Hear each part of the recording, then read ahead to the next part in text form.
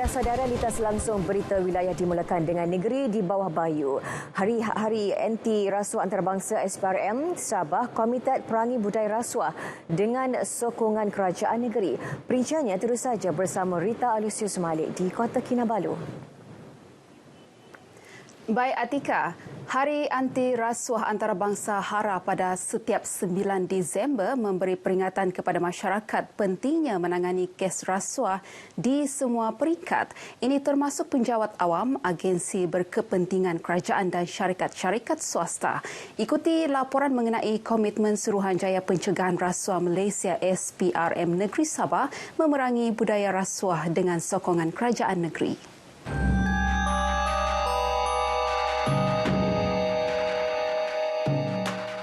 Budaya rasuah jika dibiarkan mencalarkan integriti sesebuah masyarakat, malah menyebabkan kerosakan dan keruntuhan sistem pentadbiran organisasi maupun sesebuah negara. Menyedari natijahnya, kerajaan negeri proaktif menangani budaya ini agar tidak menular dalam struktur pentadbirannya, justru bekerjasama rapat dengan SPRM, badan terpenting menangani jenayah ini. Saya serius dan komited dalam menangani gejala rasuah, salah guna kuasa dan penyelewingan di negeri ini. Saya amat menekankan agar pematuhan undang-undang, peraturan penambahbaikan kepada sistem dan prosedur Agensi Perkhidmatan Awam Negeri perlu dikaji dan diteliti agar tiada lagi ruang serta peluang berlakunya rasuah. Ketua Menteri menyifatkan HARA sebagai bukti ketegasan pelbagai pihak menegakkan pematuhan undang-undang termasuk penambahbaikan sistem dan prosedur agensi perkhidmatan awam. Ini bagi memastikan tiada ruang berlaku salah guna kuasa yang menjurus kepada rasuah. Senada dengan iltizam Ketua Menteri, Setiausaha Kerajaan Negeri Datuk Seri Panglima Surveyor Safar Untung mahu semua anggotanya memberi sokongan penuh terhadap usaha memperkasa imej perkhidmatan awam negeri ini. Saya menyeru agar seluruh warga perkhidmatan awam negeri untuk bersama-sama komited memainkan peranan dan tanggungjawab dalam mematuhi undang-undang dan memberi sokongan penuh terhadap usaha dan inisiatif yang telah dirancang agar imej penjawat awam dapat diperkasa. Dapat dilihat, kerjasama erat SPRM dan kerajaan negeri tidak pernah suram, malah sentiasa diperkukuh dengan pelaksanaan pelbagai inisiatif. Pengarah SPRM Negeri Sabah, Datuk S. Karunaniti memberitahu, usaha menyemai kesedaran anti rasuah bukan sahaja melibatkan setiap kementerian, malah pihak yang berurusan dengan kerajaan. Kerajaan Negeri Sabah dan juga SPRM Sabah telah banyak membuat aktiviti-aktiviti sama ada dari segi operasi dan juga pencegahan. Kalau kita melihat pencegahan, salah satu adalah Minggu Integriti yang telah dilaksanakan oleh SPRM Sabah dan semua kementerian yang berada di Negeri Sabah. Sentiasa berdiri teguh memastikan aktiviti penguatkuasaan anti rasuah di negeri ini, pastinya anggota dan pegawai SPRM yang tidak pernah lelah meskipun berhadapan pelbagai cabaran. Banyak cabaran yang dihadapi, ini pengalaman saya sendirilah, ya, terutama sekali berhadapan dengan masyarakat.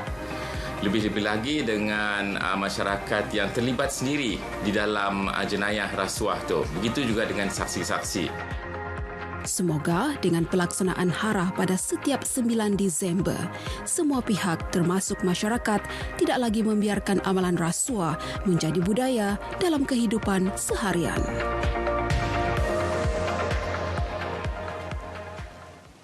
Seramai 469 tahanan pendatang asing tanpa izin parti warga negara Filipina dihantar pulang ke negara asal menerusi program pemindahan Sirih 20 semalam. Kesemua tahanan dipindahkan menggunakan pengangkutan laut melalui Pelabuhan Sandakan ke Pelabuhan Zamboanga City, Filipina. Dalam kenyataan Pengarah Jabatan Imigresen Sabah, Datuk Sharifah Siti Saleha Habib Yusof, kesemua parti yang dihantar balik membabitkan 385 lelaki, 60 perempuan, 19 kanak-kanak berumur 12 tahun ke bawah dan 5 kanak-kanak berumur 23 bulan ke bawah. Mereka merupakan tahanan dari Depot Imigresen Tawau. Kesemua parti melakukan pelbagai kesalahan di bawah Akta Imigresen 1959-63 dan Peraturan-Peraturan Imigresen 1963 dan menjalani hukuman mengikut perundangan negara untuk diusir keluar. Datuk Sharifah Siti Saleha mengingatkan semua warga asing agar memiliki dokumen perjalanan yang sah dan permit kerja yang dibenarkan sebelum masuk ke negara ini. Semua agensi penguatkuasaan di Sabah akan sentiasa mengambil tindakan tegas kepada mereka yang tidak mematuhi peraturan dan undang-undang negara.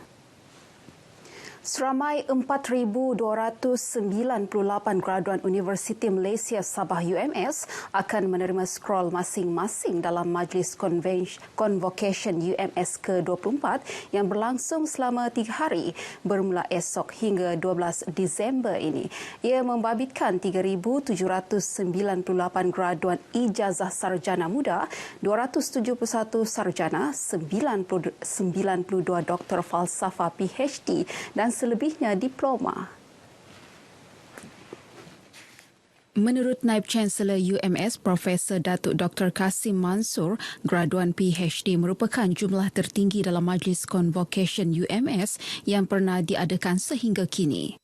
Kami sebagai barisan pegawai utama universiti mengharapkan agar pelajar-pelajar sarjana muda terus untuk melanjutkan pengajian di peringkat pasca siswaza, kerana di Universiti Malaysia Sabah kita mempunyai tenaga pensyarah yang berkeupayaan dan berkebolehan untuk menyelia. Beliau ditemui RTM dalam Majlis Anugerah Pasca Siswazah 2022 di UMS Kota Kinabalu. Majlis ini bagi menghargai pelajar pasca siswazah peringkat sarjana dan PhD yang berjaya menghabiskan pengajian dalam tempoh ditetapkan. Saya bersyukur kepada Tuhan, hari ini saya boleh terpilih menjadi salah satu pelajar terbaik di Universiti Malaysia Sabah. Saya sangat senang, saya sangat gembira. Saya terima kasih untuk UMS dan doa saya UMS ke depan bisa semakin maju. Alhamdulillah, semua berkat tunjuk ajar dan sokongan bimbingan daripada penyelia saya iaitu Profesor Madya Dr. Sophia. Tak sangka nama diiktirafnya sebagai pelajar terbaik PhD pada hari ini dan sesungguhnya saya sangat bersyukur atas anugerah yang diberikan ini. Anugerah ni dapat tesis terbaik untuk PhD Sains, sangat gembira. Lepas tu penghargaan ni untuk kedua ibu bapa saya, supervisor yang sentiasa membantu, pasca juga yang sentiasa membantu dalam urusan semua ni. Terima kasih UMS.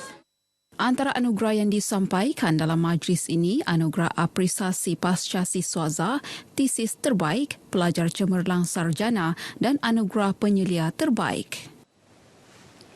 35 hasil karya daripada 18 pelukis dari dalam dan luar negara dipamerkan dalam pameran seni Pameran Panggilan Pulau 2022 di Galeri Azman Hashim Universiti Malaysia Sabah Gah UMS Kota Kinabalu selama 3 bulan bermula 5 Disember hingga 28 Februari tahun depan. Program dengan kerjasama Persatuan Seni Rupa Malaysia, Perupa itu bertujuan membolehkan orang ramai dan mahasiswa untuk melihat hasil karya seni dengan lebih dekat di samping bertemu sendiri dengan pelukis. Pengarah Gah UMS Dr. Muhammad Puan Bibit berkata, bagi menghasilkan karya seni pada kali ini yang bertemakan kehidupan di Pulau Silk Pitas, para pelukis dibawa ke kawasan tersebut untuk mendekati masyarakat sebelum menghasilkan karya masing-masing. Galeri ini adalah satu stop center, kita panggil stop center, khusus kepada bahan-bahan ilmiah, khususnya pameran seni visual untuk pengunjung, khususnya pada para mahasiswa, dia dapat melihat karya-karya secara dekat. Begitu juga dengan hubungan antara pelukis dan juga mahasiswa itu sendiri. Dan mereka juga dapat menghargai ataupun dapat menilai karya-karya yang telah dihasilkan dan dapat mengkaji karya-karya yang ada. Beliau berkata demikian selepas merasmikan pameran panggilan pulau di Galeri Azman Hashim UMS. Antara pelukis yang menyertai pameran ini adalah dari Singapura, Jerman, Jepun, selain dari Semenanjung Malaysia dan juga 2 pelukis tempatan Sabah. Sebenarnya ramai artis perlukan ruang seperti ini untuk dipamerkan. Kita perlu lebih banyak penglibatan bukan daripada kerajaan sahaja, daripada badan korporat untuk menyediakan prasarana yang macam ni untuk artis berkarya dan mempamerkan. Sebab ramai artis di luar sana menunggu peluang. Ramai yang berkarya tapi ruang untuk mempamer itu agak terhad. Ini adalah satu pameran yang boleh memberi inspirasi especially kepada mereka-mereka yang baru saja ataupun rakyat-rakyat ataupun penggemar seni visual di Sabah lah. Ini adalah merupakan satu platform yang baru untuk pencinta-pencinta seni supaya dapat memperkembangkan lagi idea, olahan dan juga penerokaan tentang seni visual. Baik, sekian paparan dari Negeri di Bawah Bayu. Untuk lebih banyak perkembangan semasa di tanah air, terus sahaja bersama Atika. Atika?